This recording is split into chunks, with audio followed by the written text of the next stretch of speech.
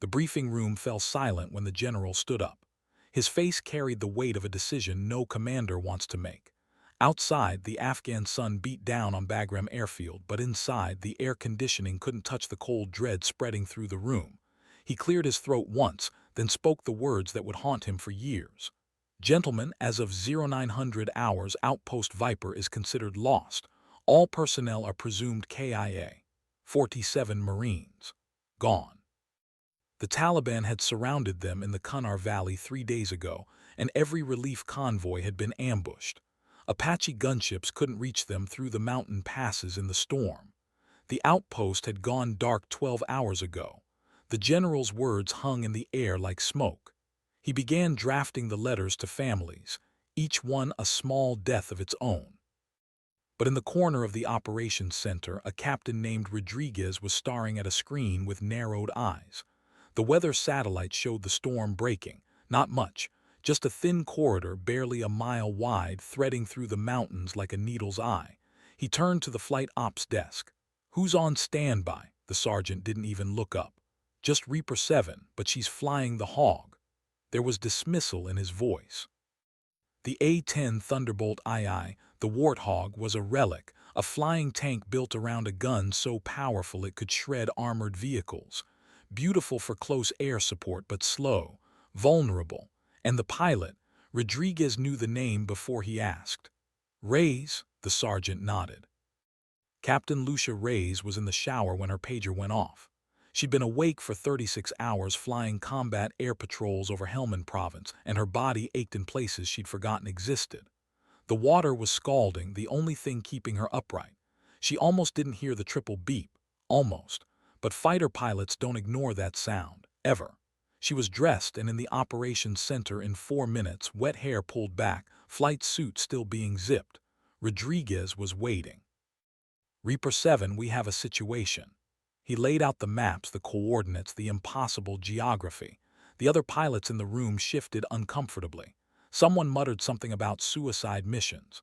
Reyes ignored them. She'd been ignoring them for 15 years. Since flight school, where they'd called her too short for the ejection seat.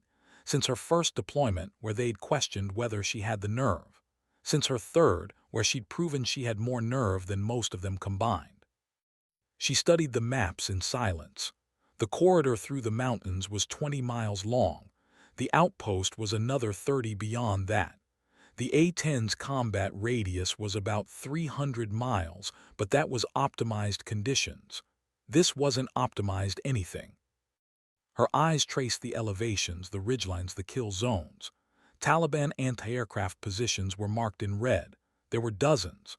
"What's the payload?" she asked quietly. Rodriguez told her. 30mm rounds for the GAU-8 cannon, Maverick missiles, rockets, enough to level a city block, enough to save 47 Marines if she could reach them. If the general stepped forward, he looked older than he had an hour ago. "Captain Reyes, I need you to understand something. This isn't an order. I can't order this. The window is maybe 90 minutes. After that, the storm closes again. If you go in there and something goes wrong, then I don't come back," she finished. Her voice was steady. "I understand, sir." The walk to the flight line felt longer than usual. The sun was directly overhead now, turning the tarmac into a shimmering mirror.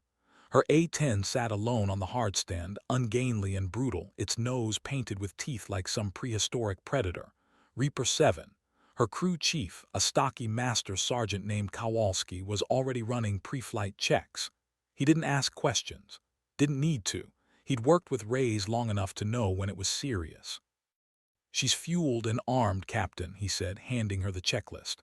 "Cannons loaded, missiles are hot, and I personally checked every single bolt on this bird." His eyes met hers. "Bring her back, ma'am." Reyes nodded, pulling on her helmet. The weight of it was familiar, comforting even. She climbed the ladder into the cockpit, settling into the seat that had molded itself to her body over hundreds of hours. The Warthog wasn't fast. It wasn't pretty, but it was tough. Titanium bathtub around the cockpit. Redundant systems. Twin engines mounted high and wide, harder to hit with ground fire. It could fly with half a wing missing. She'd need that toughness today. She ran through the startup sequence methodically, muscle memory taking over. Engines roared to life with that distinctive whine. The stick felt right in her hand. Control surfaces responded. Weapon systems green. She took a breath and keyed the radio. Tower, Reaper 7 requesting immediate departure clearance. There was a pause. Then, Reaper 7 Tower, you are cleared for departure. Godspeed. The runway stretched out before her, heat waves dancing across its surface. She pushed the throttles forward and the Warthog began to roll, slowly at first, then faster. The nose lifted. The ground fell away, and Captain Lucia Reyes pointed her aircraft toward the mountains where 47 Marines were waiting to die.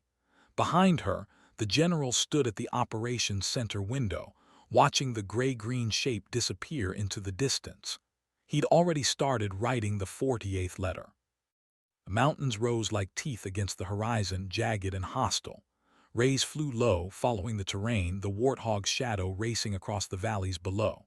The corridor through the storm was visible now, a slash of clear sky between towering thunderheads. Lightning flickered in the clouds. She checked her fuel, checked her weapons, checked everything twice. The radio crackled. Reaper 7, this is Olympus Control. Weather window is holding but deteriorating. You have approximately 85 minutes before it closes. Copy Olympus, 85 minutes. Her voice was calm. Inside, her mind was racing through calculations. Distance, speed, fuel consumption, time on target. The numbers were tight, too tight. The mountains grew closer, their peaks disappearing into the storm clouds.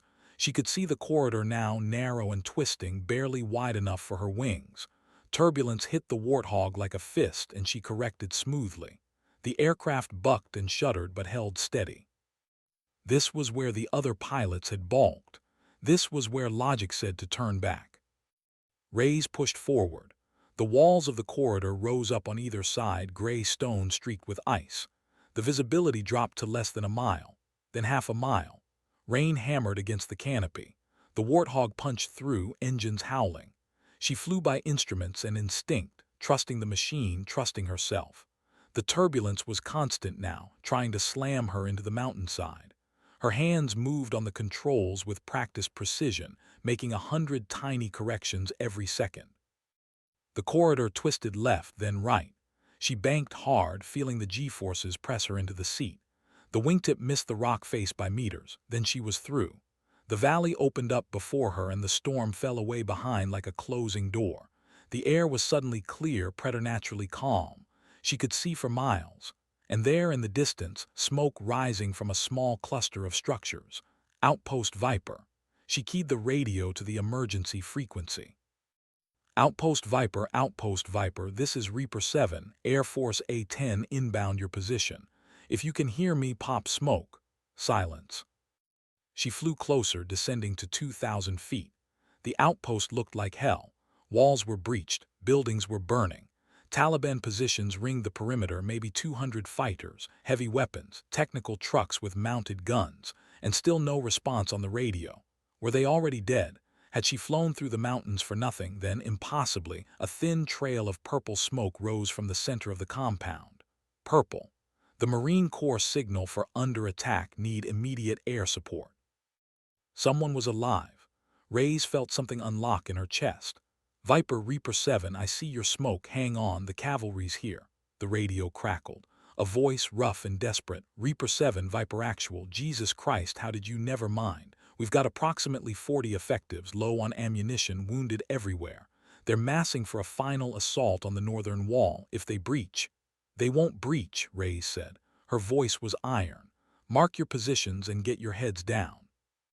She banked the Warthog into a wide turn, studying the battlefield below. The Taliban positions were clear now.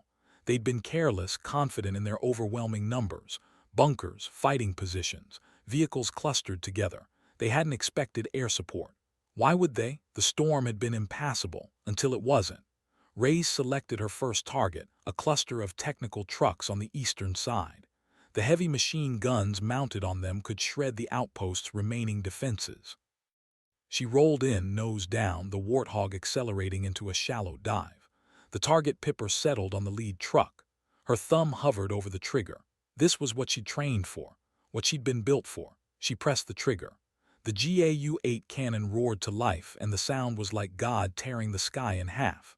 70 rounds per second, each one the size of a beer bottle, depleted uranium cores designed to punch through tank armor. The recoil actually slowed the aircraft. The stream of fire walked across the enemy position like a scythe through wheat. The technical trucks disintegrated. Not exploded, disintegrated. Metal and men and machinery shredded into vapor and fragments. The sound reached the outpost a second later, brrrrrrrrt. Long, impossibly loud, unmistakable. Inside Viper, Staff Sergeant Marcus Webb lifted his head from behind a sandbag barrier. His ears were ringing from 3 days of constant combat, his ammunition down to his last magazine. He'd been preparing to fix bayonets. He'd been preparing to die, but that sound, he knew that sound. Is that A-10? Someone whispered. That's a fucking A-10. Hope, dangerous and painful, flared in Webb's chest. The Marines around him started to stir, peering over their defenses. Outside, the Taliban fighters were scattering in panic. They'd never faced air support before, didn't know what was happening, only that their brothers were being erased from existence by something they couldn't see, couldn't fight, couldn't stop. Reyes pulled up, climbing back to altitude. She could see the effect of her first run. The eastern approach was clear, but there were still dozens of enemy positions. She keyed the radio. Viper Actual Reaper 7, eastern approach neutralized. What's your priority? Northern wall, Webb's voice came back. They've got RPGs and heavy machine guns. That's where they'll hit us. Roger, switching to missiles, stay down. She armed a pair of AGM-65 Mavericks, laser-guided 500-pound warheads. The targeting pod swiveled, scanning the northern approach. There. Bunkers dug into the hillside. She could see muzzle flashes. The laser designator locked on. She ripple-fired both missiles. They dropped away from the wings, motors igniting, accelerating toward the target at supersonic speed. The Taliban fighters never saw them coming. The bunkers erupted in twin fireballs, the explosions sending shockwaves across the valley. Secondary detonations followed as ammunition cooked off. When the smoke cleared, the northern approach was a cratered wasteland. But more enemies were moving, repositioning, adapting. Reyes had trained against adaptive enemies her entire career. She adapted faster. She came around again, this time from the south, cannon blazing. Another position destroyed. Then the west, rockets this time, ripple-fired into a cluster of buildings where fighters were taking cover. The buildings collapsed into rubble. The attack was chaos, perfectly orchestrated chaos. Reyes was everywhere at once, a gray angel of death circling the outpost. The Warthog wasn't fast, but it was agile at low altitude, and she used every trick she'd learned. High-G turns that grayed out her vision, diving attacks that pulled up meters from the ground. She flew with a precision that looked effortless and was anything but. Every motion calculated, every attack deliberate. The Taliban fighters broke. Training and ideology meant nothing against this. They ran. Some tried to fight back, firing rifles and machine guns at the aircraft above. The bullets sparked off the titanium bathtub. Reyes barely noticed. She hunted them as they fled, the cannon tracking, firing, silent from her perspective inside the cockpit but apocalyptic on the ground. Then her weapons display started flashing warnings. Cannon ammunition, 15%. Missiles, expended. Rockets, expended. She'd been on target for 20 minutes. It felt like 20 seconds. She keyed the radio. Viper Actual Reaper 7, I'm Winchester on missiles and rockets. Low on cannon rounds, what's your situation? There was a pause, then Webb's voice, and she could hear the emotion cracking through. Reaper 7, Viper Actual, enemy forces are withdrawing, I say again, withdrawing. We've got wounded but no further casualties. He stopped, started again. You saved us, all of us. Reyes felt something in her throat, but her voice stayed steady. That's the job, Viper. Relief convoy should reach you within the hour. Hold your position. She climbed to 5,000 feet, circling the outpost in a wide orbit. Below, she could see Marines emerging from cover, waving at her. She waggled her wings in acknowledgement. Then she checked her fuel, and her heart sank. The combat maneuvering, the low-altitude work, the afterburner climbs. She'd burned through fuel faster than projected. She had enough to make it back to the corridor. Maybe, if everything went perfectly. If the storm hadn't closed, if... She turned the Warthog toward home and pushed the throttles forward.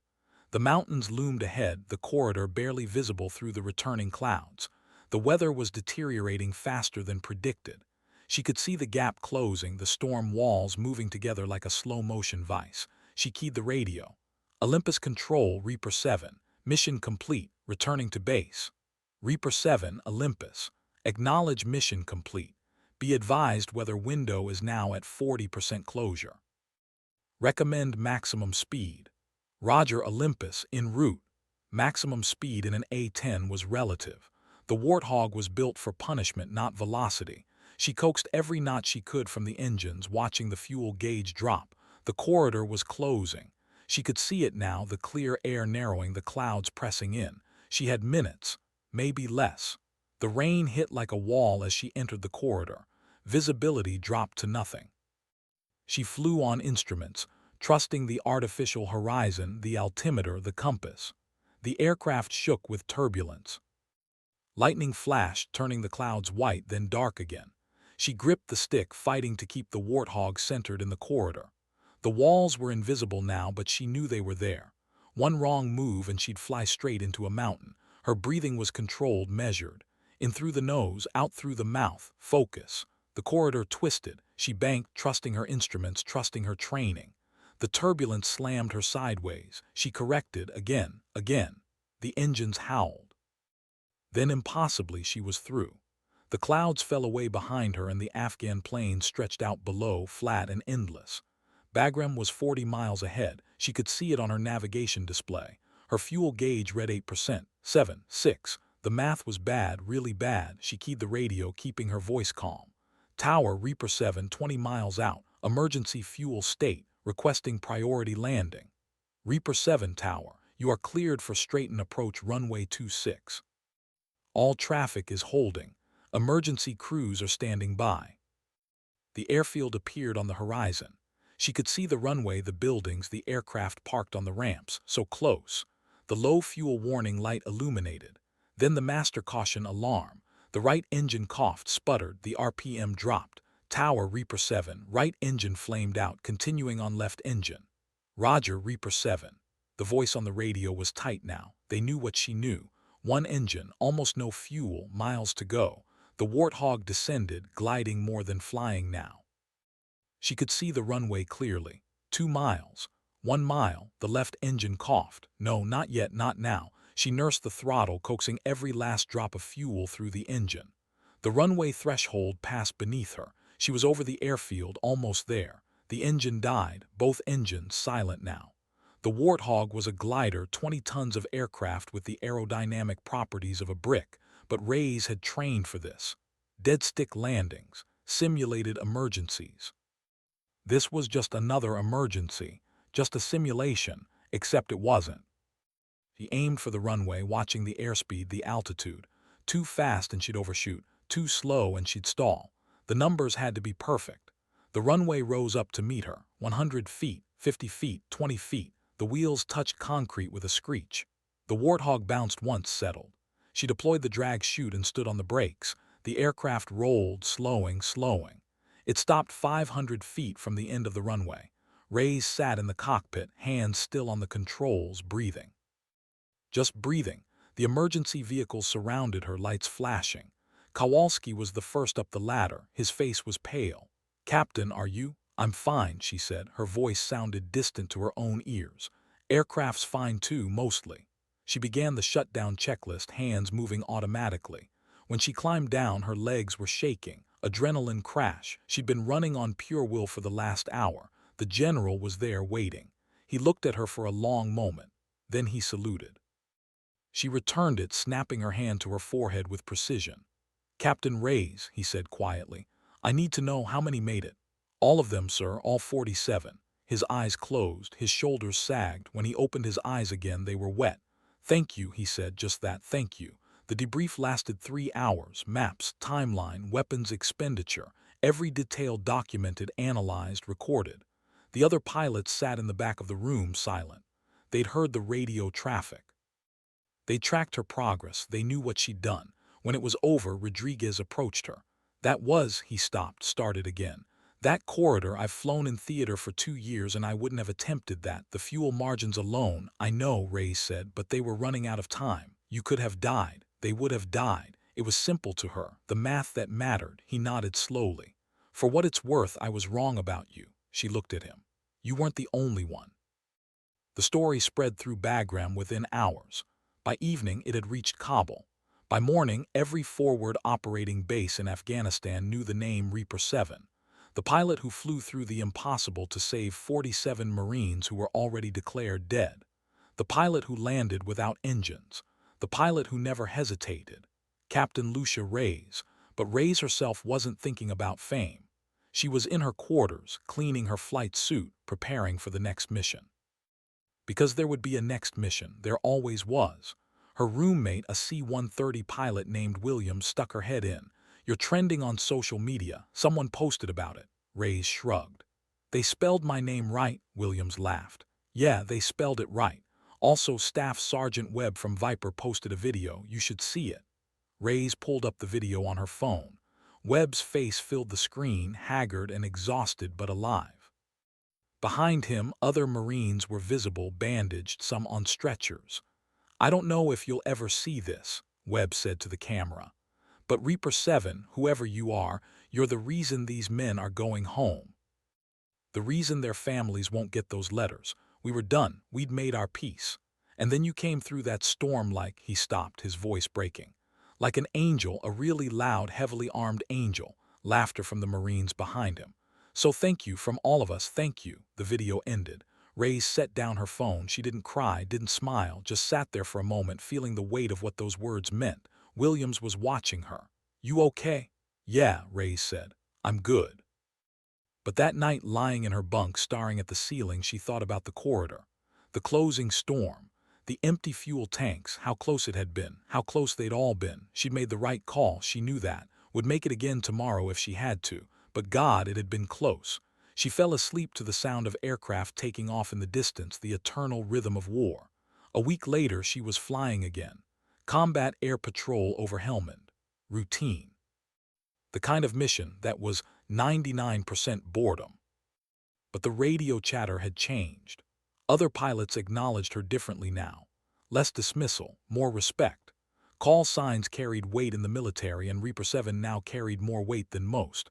She'd earned it in fire and fear and perfect execution. Still, she flew the same way she always had, methodical, professional, competent. The mission came first. Always. 3 months passed. The Afghan winter set in, turning the mountains white, the valleys into wind tunnels. Reyes flew through it all, racking up combat hours. The story of Outpost Viper faded into legend the way all war stories do, embellished in some tellings, diminished in others, but the Marines who were there never forgot, and they made sure others didn't either. Back in the States, Staff Sergeant Webb was recovering at Walter Reed, shrapnel wounds mostly healed, but he couldn't shake the memory of that day. The sound of the A-10, the feeling of hope returning. He started researching. Found out who Reaper 7 was, her real name, her service record. Captain Lucia Reyes, 5 deployments, countless combat missions, Distinguished Flying Cross, Air Medal with Valor, and before all that, a kid from El Paso who'd dreamed of flying since she was 6 years old, who'd faced down every instructor who said she was too small, every evaluation that said she wasn't aggressive enough, every bias, spoken and unspoken, that said women didn't belong in fighters.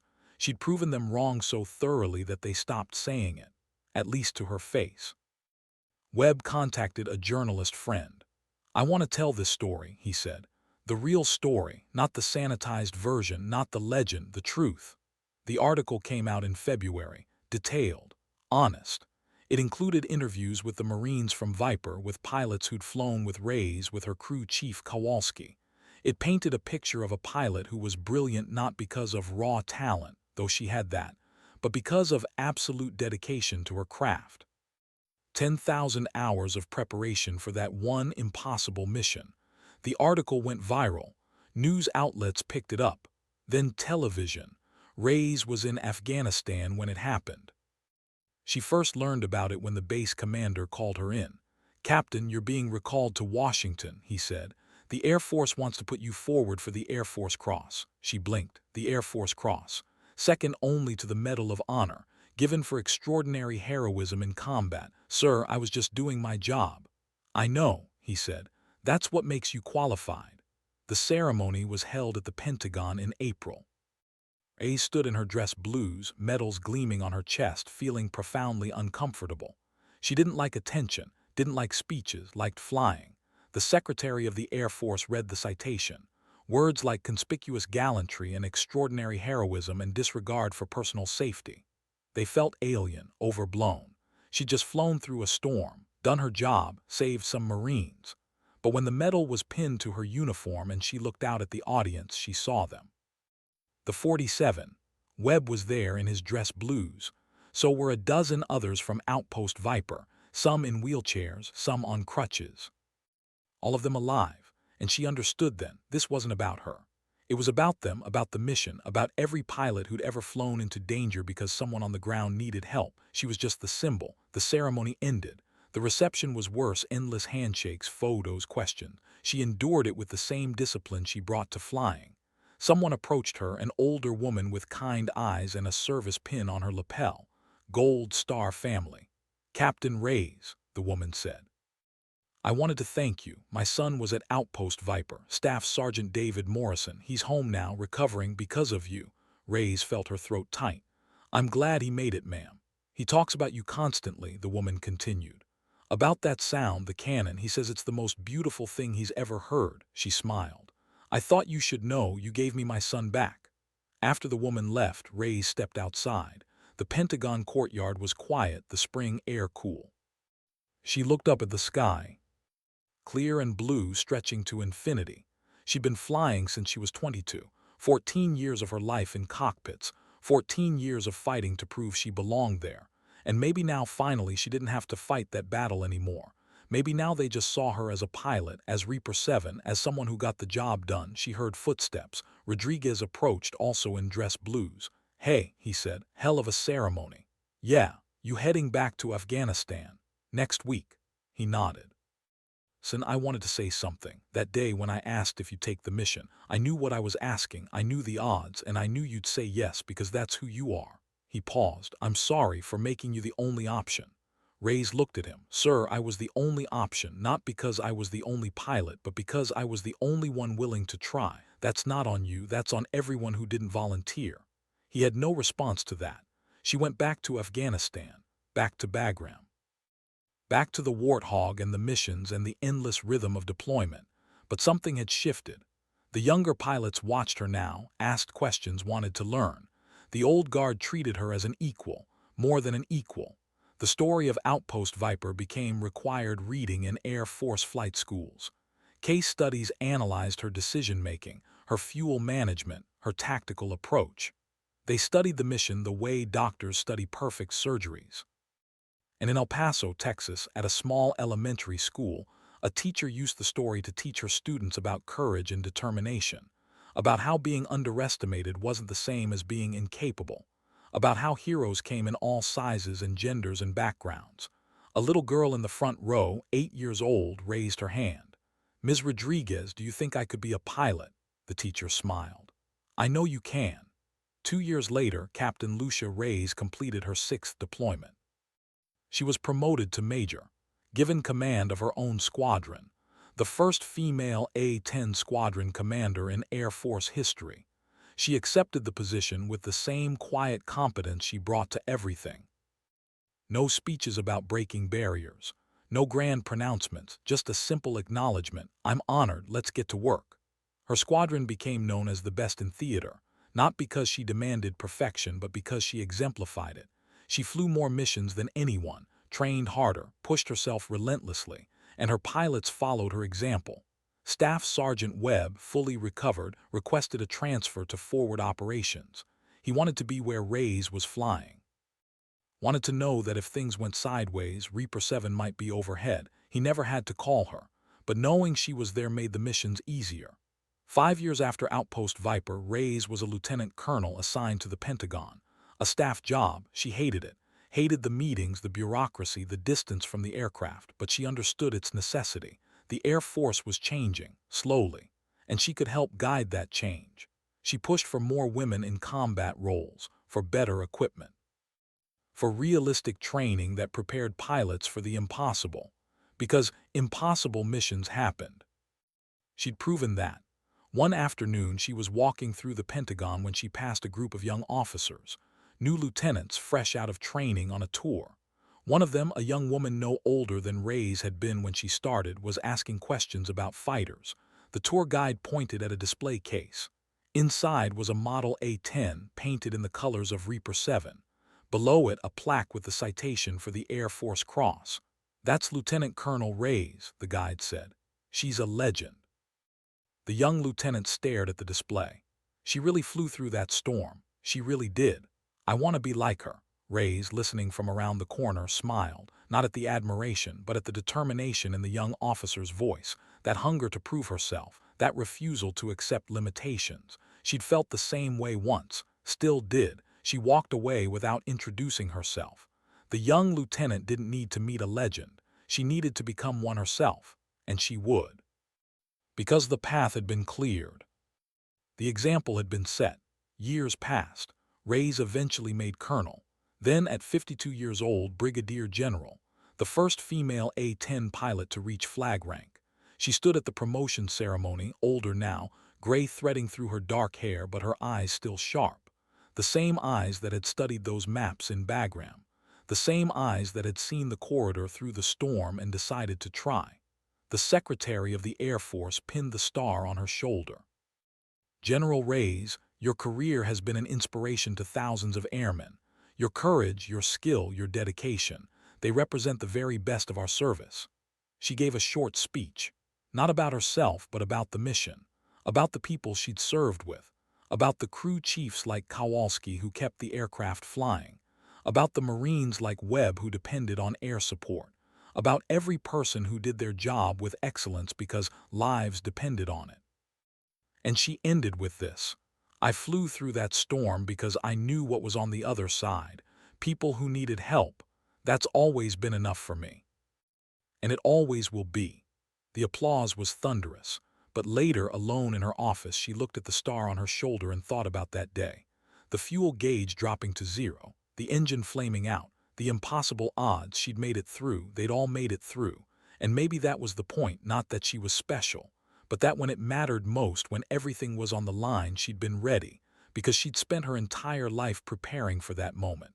10,000 hours of flying, countless missions.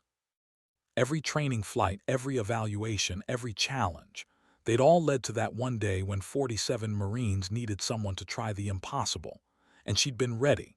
In the end, that's what legends were made of. Not single moments of glory, but a lifetime of preparation meeting a moment of desperate need, and the courage to say yes. Brigadier General Lucia Ray's, call sign Reaper 7, retired from the Air Force at 58. She left behind a legacy measured not in medals or promotions, but in lives saved, in pilots trained, in barriers broken, and in a simple truth that she'd proven beyond any doubt: competence has no gender, courage has no size requirement, and sometimes the most underestimated person in the room is exactly who you need when everything goes wrong. The A-10 that she flew that day, tail number 73-042, was eventually retired. It sits now in the National Museum of the United States Air Force in the modern flight gallery. The cockpit is preserved exactly as it was. The nose still bears the teeth. The titanium bathtub still shows the scars of bullets that never penetrated.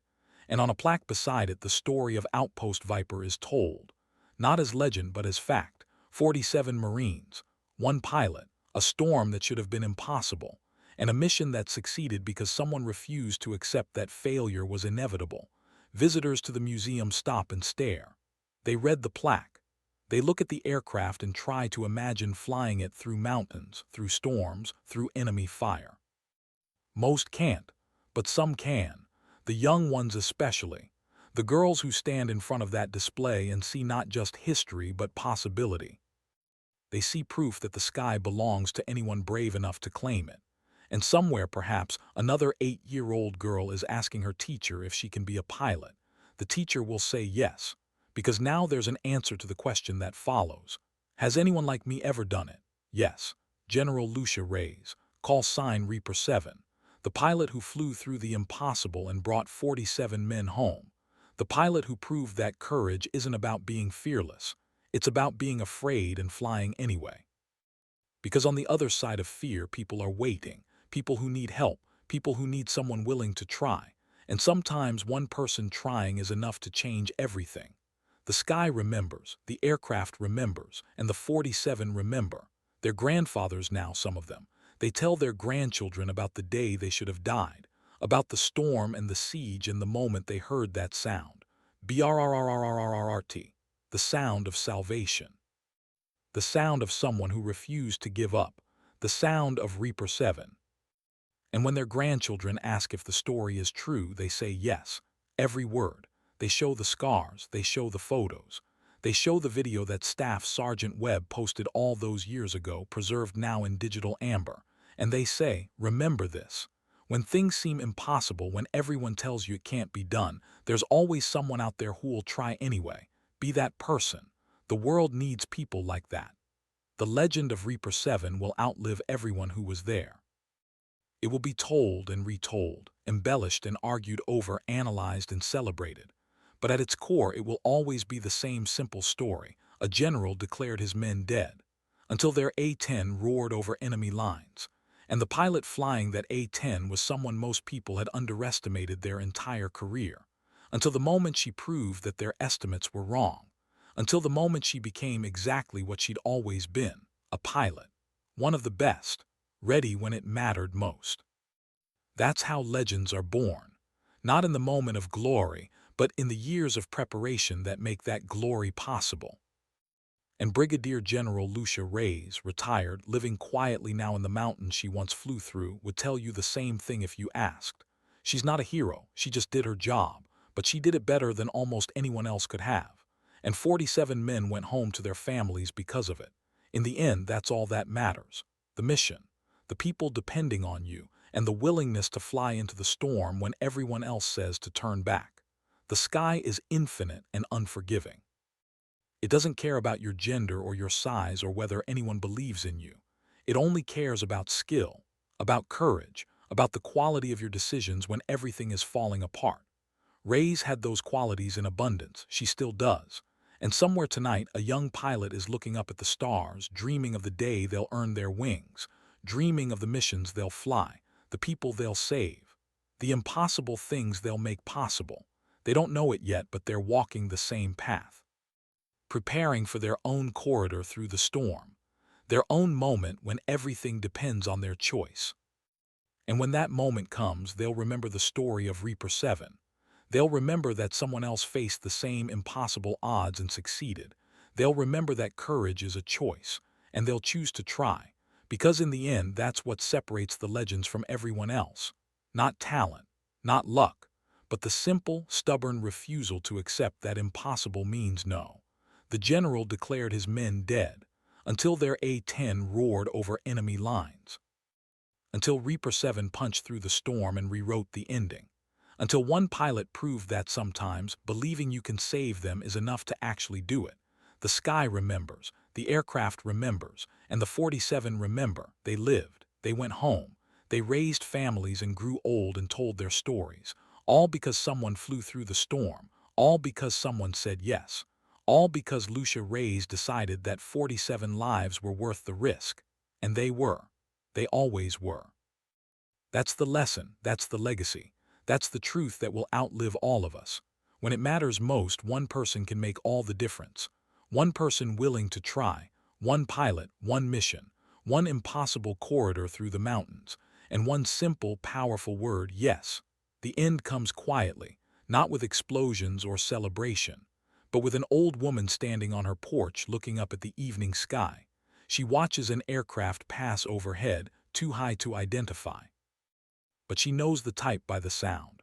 The rumble of turbofans, the whisper of freedom. She thinks about the cockpit up there.